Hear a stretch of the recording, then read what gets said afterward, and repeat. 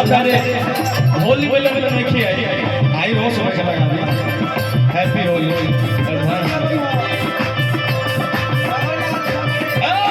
दुनिया के पूजा के घरे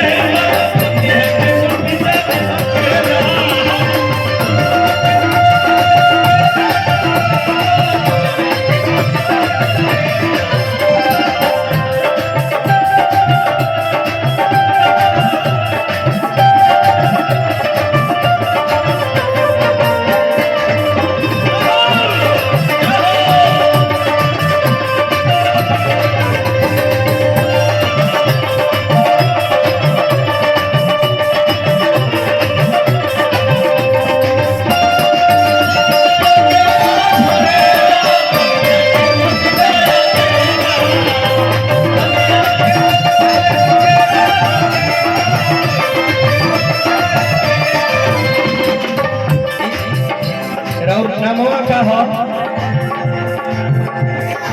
बबली जी ई गाना सुनले बनी रुआ अरे वो ना सुनले हो अरे वो सुन लो कि जीजा रऊ रोम मरचाई असमागे ए सब गाना से भेंटे नहीं खेलुआ आ ओहे कइले बा का कइले बा सतरंगी कइले बा ई सब पुरान लाए है सब गीत कबो मरी है सना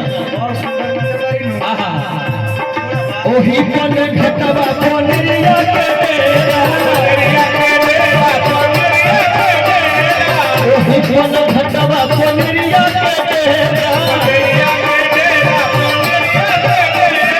देखी गाना में भाव होके के चाहिए भारत देश में टैलेंट के कमी नहीं है सबके अपन अपन अंदाज बा लेकिन हम आज तक यह जननी 14 साल में जे अगर हम 200 लोग भैया अब तहरा बुझा गई